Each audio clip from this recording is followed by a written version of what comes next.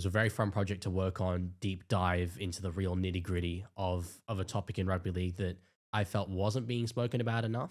It's something that we all just kind of take for granted that, yep, we can see inside the changing rooms. It is what it is. But it was sparked in the preseason when Broncos are playing, I think, Dolphins. Katoni Staggs went off with a HIA.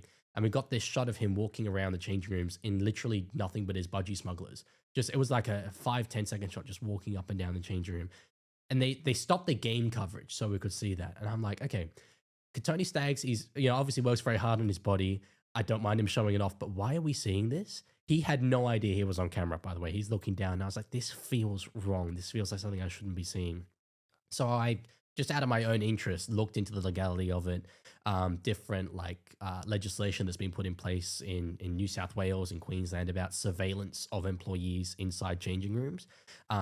If you put it in any other context, imagine you signed up for a gym 100%. and they were like, yeah, we're going to put a camera in the changing room. You'd feel really freaked out about that. Yeah. Let alone putting it on national TV.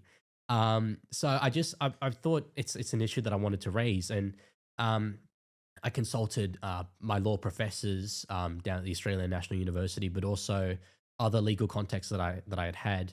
And all of them were like, there's a case here. There's something here. I went out and surveyed fans and players as well, just DM like every player that I could think of. And I will completely admit, a number of them go back to me and were like, yeah, I'd never really paid attention to the cameras. We were just thinking about the game. We didn't know about it.